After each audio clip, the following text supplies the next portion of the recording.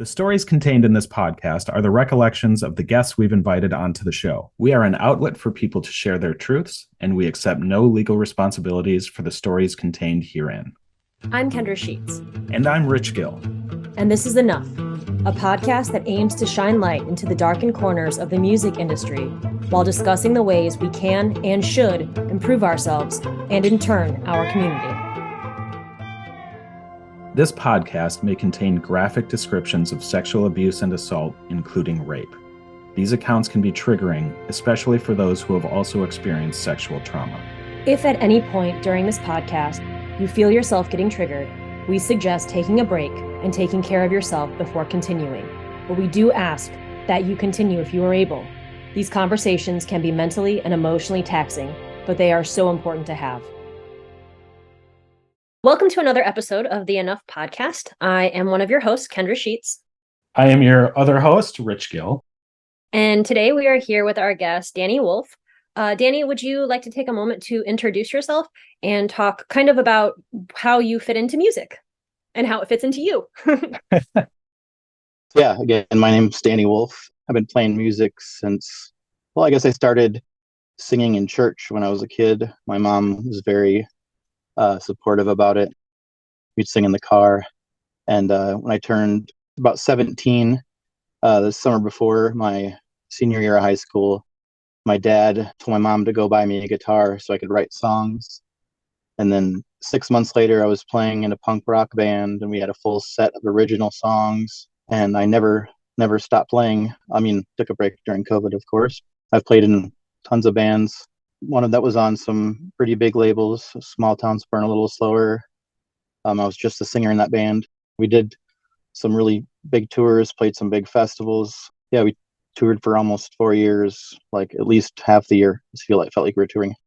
And then after that band disbanded, I started a band with some people that were younger than me in Ottumwa, Iowa, called Wrestling with Wolves. I play in a bunch of other bands still. I play bass in a few bands. Play upright bass and a spooky bluegrass band. I play bass in a punk rock band, actually, too, like a two-tone ska punk band. And then I play bass in an alt country band.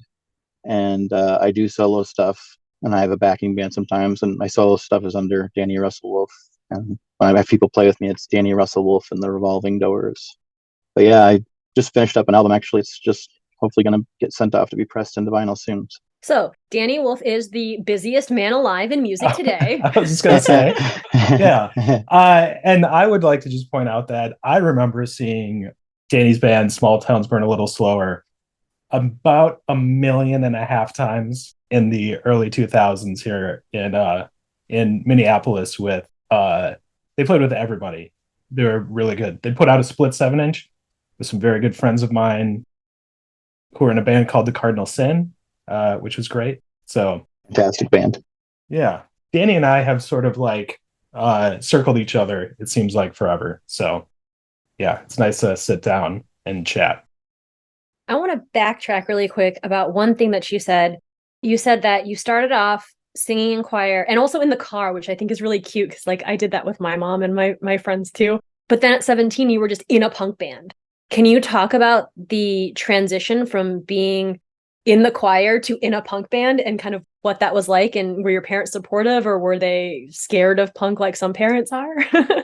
I didn't sing very much in the choir in church. I would do like solos like every so often. Okay. They had prepared music and I'd sing a solo.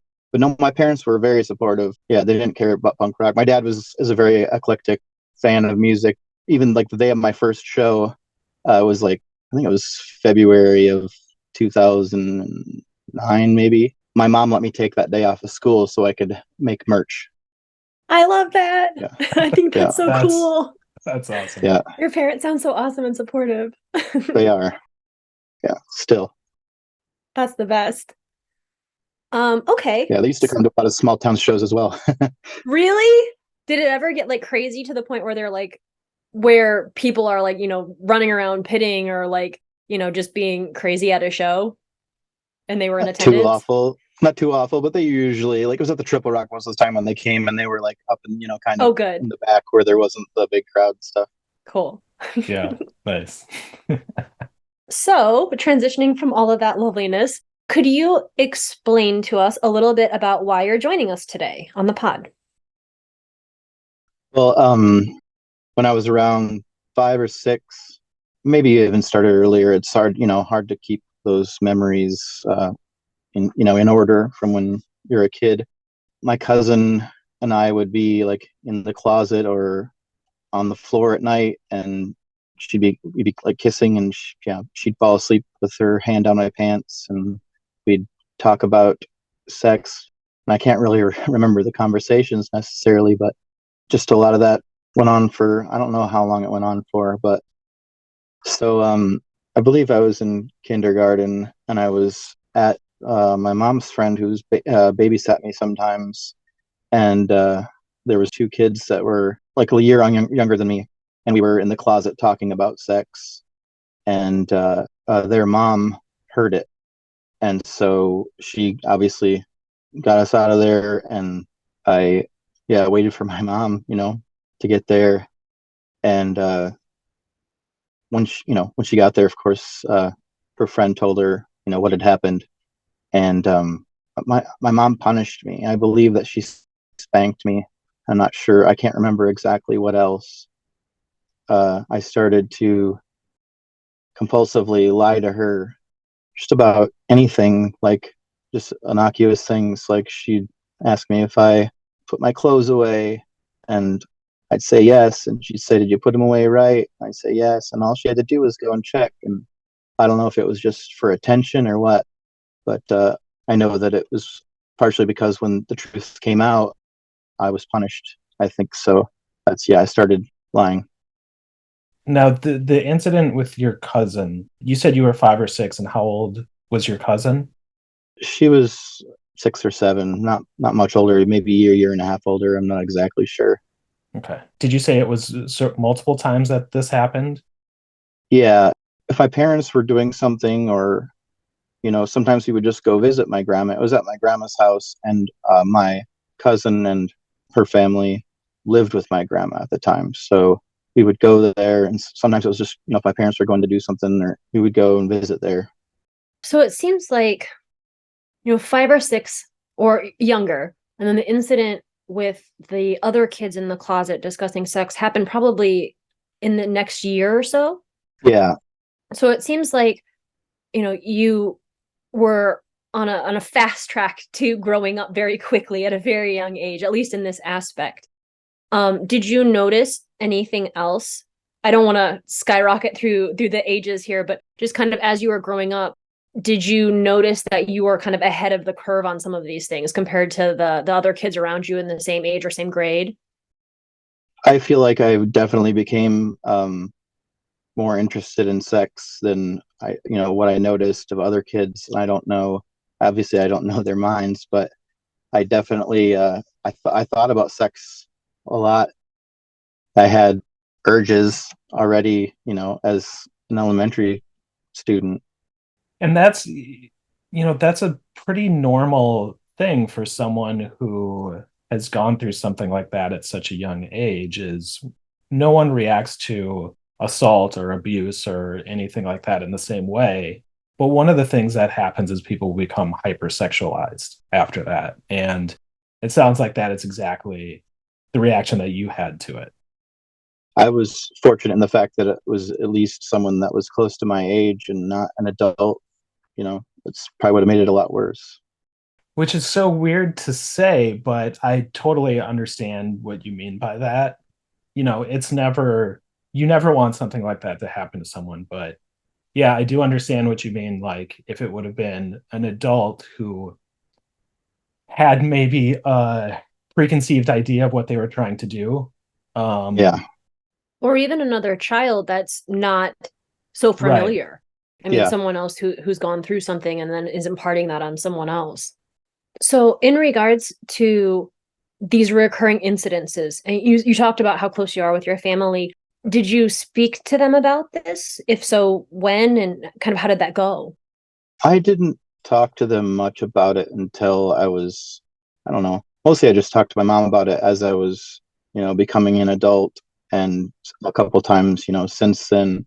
And I know that she has said that it's one of her biggest regrets that she punished me, because, I didn't know exactly what was happening, but she was just so scared, and, it was a new experience for her and she didn't know what to do about it.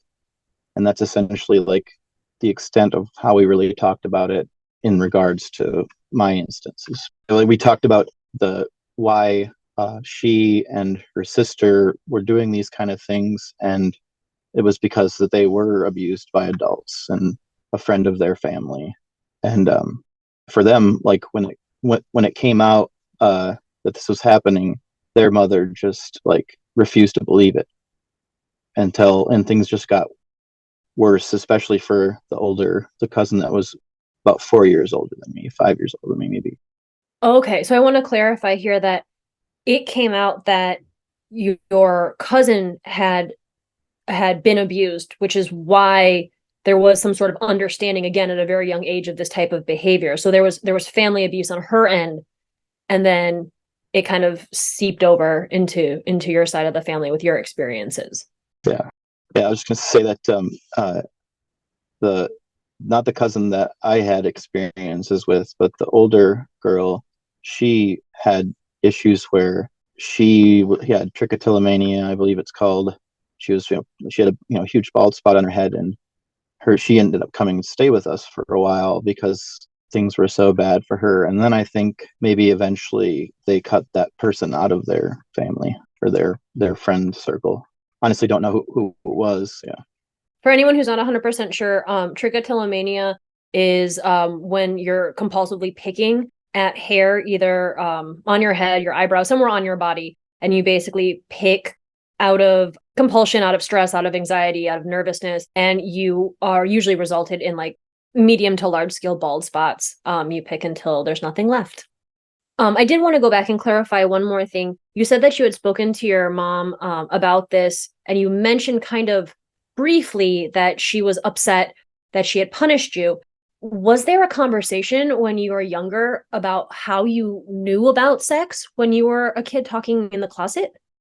I don't fully remember the conversation, but I definitely know that I told her that it was my cousin. And okay, so she found out that was kind of the source issue right after the incident happened with the kids in the closet in kindergarten. Yes.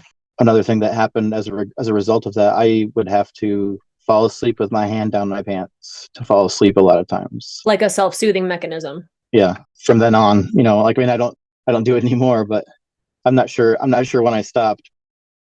So as you kind of growing up as a teen and then into, your early 20s, did you see any sort of behaviors pop up that you think might have the incident with your cousin be a catalyst for some of these like relationship-based behaviors? I definitely believe so. As I was saying earlier, that I definitely became hyper aware of sex and thought about sex a lot. I didn't actually get physical with any girls until I was like 16. But once that started actually happening, I was definitely pursuing any sexual encounter. It wasn't always sex, but a sexual encounter. Were these just like one night stand or like one time only hookups? Were you in relationships with people at this time? Some of them were relationships, so they'd be short-lived relationships. Even when I had girlfriends, a lot of times if I had the chance, I would cheat on them. When you were in these relationships and also seeking sex outside of that, was it a situation where it was like the excitement of getting more or different, or is it like, I'm not getting what I'm looking for here, I'm going to keep this going, but also look for something else outside of this? I think it was about the attention and just, I don't know, being wanted and being seen, and feeling attractive, I guess, too. And I'm definitely still I seek attention still, for sure, but in positive ways now. Yeah, I was going to say in a more positive, constructive. Yes, much more positive. When you were a teenager, obviously what happened to you, you realized that it was weird, but like, was it something where it was like, where you were cognizant of the fact that this sort of pushed you into this hypersexual direction? Or was that something that you sort of figured out later on? I don't think that I actually put those things together until I was about 20 years old. I mean, again, I was like, I don't know if you guys ever remember Makeout Club. Oh, I remember It was Makeout like Club. yeah, I definitely used that a lot. Also, just to point out to people, makeoutclub.com was a very early precursor to social media that was ostensibly a way for touring bands to meet people in other cities and make out with them. Which is funny because like you don't really need a website to do that. You're in a touring band. Like Yeah, I didn't know it was for touring bands. I was not in a touring band. Yeah, I just would find people that lived close to me. And actually, one of the people that I met through Makeout Club, I'm still sort of friends with. I ended up meeting them again later on. that's actually really cool in a way. Well, and that sort of, sorry, not to like derail what you were saying, but this sort of ties into our previous conversation with Laura Danger about how the sort of duality of like social media can be really great for certain things, and you can meet people who become lifelong friends, and it can also be this really dark thing. Dirty, Also, decrepit dirty. hellhole. Yeah, totally. So we're kind of moving through the timeline of you growing up and also dealing with this thing that happened to you and kind of how it was always kind of a back burner issue, especially when it came to relationships with other people. And you said that you didn't really have the hindsight to look back and kind of see what was going on until you were about 20, 21 or so. When was it at that time, I guess is a better question. Was it at that time where you started to kind of turn yourself around and with that reflection be like, okay, I need to actively not keep pursuing relationships in this matter? Absolutely. I'd started to lose friends because I would hook up with girls that friends liked, and I would keep stuff secret, and then they'd find out. And then, my girls that I was dating would find out that I'd done stuff with other girls, and even like a couple of guys would, every time they'd see me drive through town, they would try and fight me because I made out with one of the guy's girlfriends. I lost a lot of friends, and I was living in a house by myself, and I couldn't sleep. I was depressed, and I just kind of decided that I needed to figure something out because I didn't want to be like this the rest of my life. I wanted to have like an honest and serious relationship, and I was dating this gal, and I wasn't happy with her. I don't think she was happy with me either, but I would try to break up with her, and she would, threaten to kill herself. And I remember that one of our mutual friends told me later that she was mad that I didn't notice that she was cutting her arm and stuff. Then I was visiting a friend in Iowa City, and but I met, my future wife, I guess at the time is what you'd say, and things just clicked. In your like teen years, moving into your 20s, you kind of had the same pattern of dating someone, seeing other people while dating someone, and then kind of moving out of that relationship and into the next relationship in which you'd be in the relationship, but kind of reach out and, find someone else and kind of roll that into the next one. And that did happen with this, but you had already kind of come to terms with yourself saying, I don't want to do this anymore. I don't want to be this person anymore. You were in the relationship with this last person who was threatening to hurt themselves if you broke up. And you were kind of coming to this realization of, I need to get out of the state that I'm in, not in the relationship so much as like your mental being of where you are kind of stuck. And then you met your wife, and then everything in relationships kind of just evened out from there. Is that correct? That is correct. I had told my wife that I had a girlfriend that I was trying to break up with.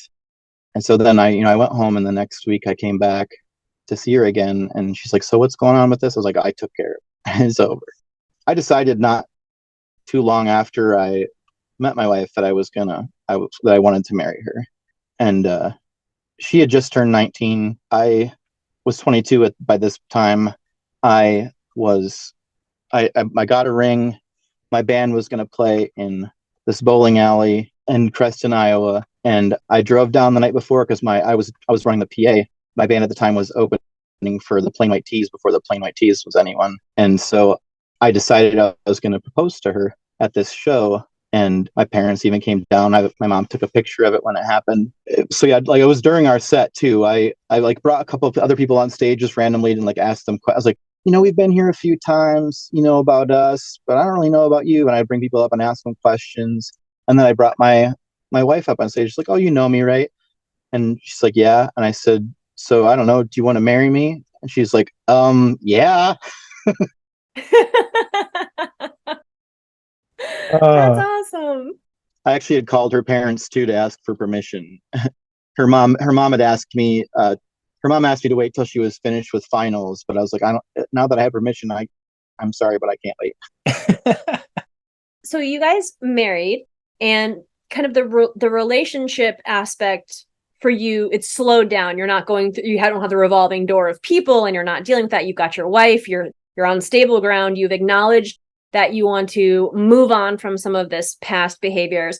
You had mentioned that you started reaching out to some of the people, some of the women that you felt like you had wronged in some way. When did you start doing that, and kind of what was the reasoning why? And tell us a little bit more about the process in general. A lot of the stuff, the stuff with my childhood stuff, I worked through a song, and that was a while after, I was married and stuff too. And I feel like when I wrote the song, it really made things become crystal clear, like even more so like what I was doing. From the sounds of it, you've done a lot of self-reflection on your own and sort of done that side of the work. Have you done any therapy or support group stuff with any of this, or has it just kind of been like on your own figuring it out in that way? In the last 8 years, I have done some counseling, but a lot of it wasn't about that. I mean, a little bit was, just kind of getting to know my counselor, psychiatrist, or whatever, psychologist. I'm not sure which therapist was something. Yeah, I have a couple of different doctors. I have one that, medicates me for my almost bipolar. And then I have another one that I would see every so often, like when I was having troubles. And I feel like I worked through a lot of it before I got to that point. We're trying to work through other things like my mood swings. And it seems like, and this is kind of one of those things with trauma, is that when you start working on one aspect, even if you're on like the North Pole, then stuff starts to shake on the South Pole. So it seems like kind of as you're dealing with, or as you were dealing with some of your things and kind of dealing with your mental health, and things were coming to light and you were kind of trying to restructure yourself, some of this other stuff has already started working itself out just by you acting kind of over here on one side, and things kind of started working on the other side, for lack of a better term. Yeah. Tell us a little bit more about the song that you wrote that seemed to really kind of crack open a lot of this for you. It was right when Small Towns was breaking up that I wrote this song. I was with a friend it was the house that the stuff had happened in. My grandma had sold the house, and maybe a few different people had lived there.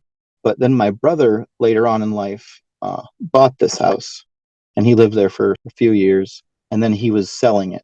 So it was completely empty. Me and a friend went there and were working on recording stuff and writing songs, and he was in one room and I was in another room, and I started to write this song about the stuff that happened and the differences between me and her, and the fact that I have this very supportive and fantastic family, and that it wasn't the same for her. And so the band that I released it under was called Wrestling with Wolves, and the song is called The Perks of Being a Small Flower. Initially, it was called The Perks of Being a Small Flower in a Thistle House, because my grandma collected cactuses, but I just shortened it to The Perks of Being a Small Flower. But yeah, and that really helped me work through it. And I have had a positive response to people that, they didn't necessarily go into details when we would talk about it, but I've had several people be like, this song definitely spoke to me, and I understand where you're coming from, and I appreciate it. Now, I'm no musician, and everyone seems to know this because I bring it up. I cannot sing worth a shit, and I'm horrified to be on stage. I have terrible stage fright, but I've always wondered, and I'd love to get your take on this. When somebody writes a song that is so deeply emotional and just driven by pure emotion and energy, when you end up playing that in front of an audience, how do you keep yourself in control? Because when you're writing it, you're kind of in a process of taking, because I write, so I understand the writing aspect of lyrics. So I know the process of taking what's in your head, having it move down your arm, out through your hand and onto the paper. I get that 100%. But sometimes reading back some of the stuff that I write, even if I'm reading it by myself, I become so overwhelmed. It's almost like you get into like a zone when you're writing, and it's like you don't even really realize what's coming out. And then you read it back and you're like, fuck me, like, where did that come from? And so I could never really imagine having to perform something so intimate as what you've described here in front of a group of people without just breaking down. How do you do that? Partially because it was rehearsed. There was times where I felt the song a lot more, and I would definitely sing it more intense. Mm-hmm. But I don't recall ever actually like breaking down on the stage.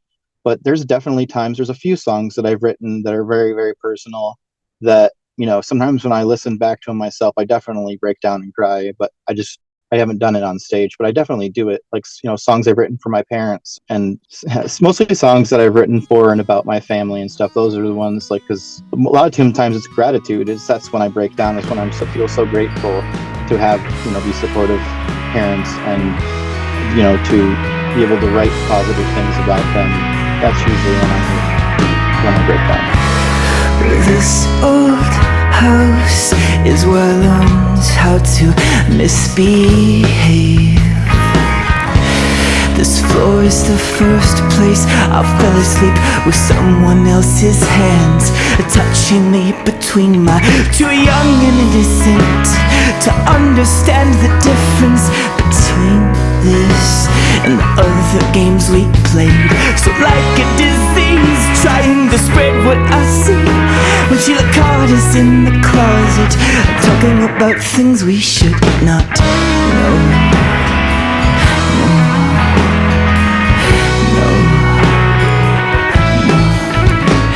So Sheila told my mother of her discovery. My mother got so scared that she punished me. Years later she said it's one of her biggest regrets. We were treading new ground and she didn't know how to deal with that. But thankfully, the hands that educated me were nearly the same age and still had the innocence to claim. But it's a goddamn shame that I can't say the same for her.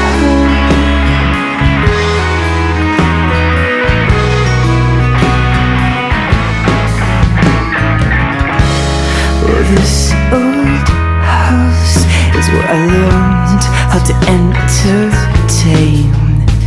I performed for Aunt Nancy on the front porch. I did my junkyard dog, and her applause felt enormous. Too young and innocent to develop egotism, I completed each request because I was eager to please them. On the way home we'd sing in that one station wagon. Don't cry, Daddy, and puff the magic dragon. Lived by the sea. Well, this old house is where I learned how to deceive. All sprawled out on the fold-out couch, I pretended to sleep.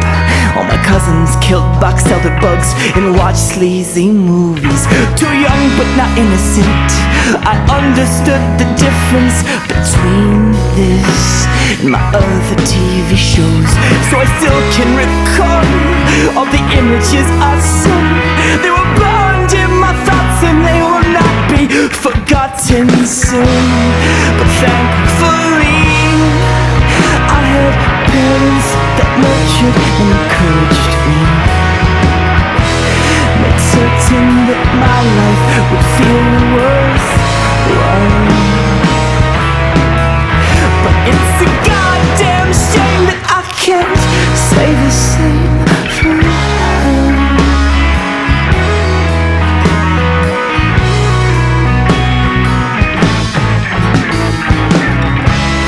Oh, this old house is where I learned how to to avoid.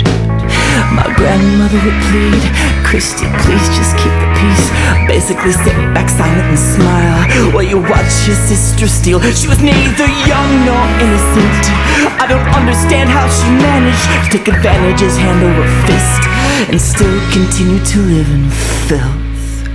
Sent her mother to her deathbed with so much credit card debt, no visible remorse, and of course nothing to fucking show for it. But thankfully, this will never be my thing,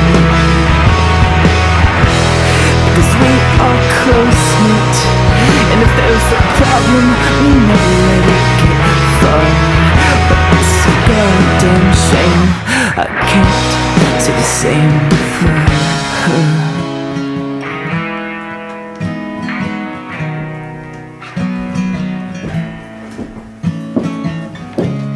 Oh, this old house, it's where I've come to learn to let go.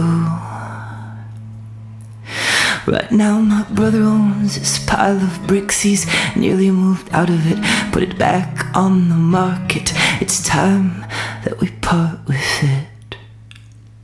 Well, I am neither young nor innocent, but I would like my life to make a difference, some semblance of a witness to the gifts of love that I've been given. So in this empty house I sit, just guitar, book and a pen, trying to exorcise these demons and hoping some good will come of it. Enough is a podcast centering on surviving abuse, harassment, and assault in the music scene. To help get the word out, please like and subscribe and share with your friends. If you have been on the receiving end of harm from someone, be it artist, venue owner, booking agent, audience member, or someone else, and would like to share your story on a future episode, please reach out to us at thisisenoughpodcast@gmail.com. All correspondences are kept confidential.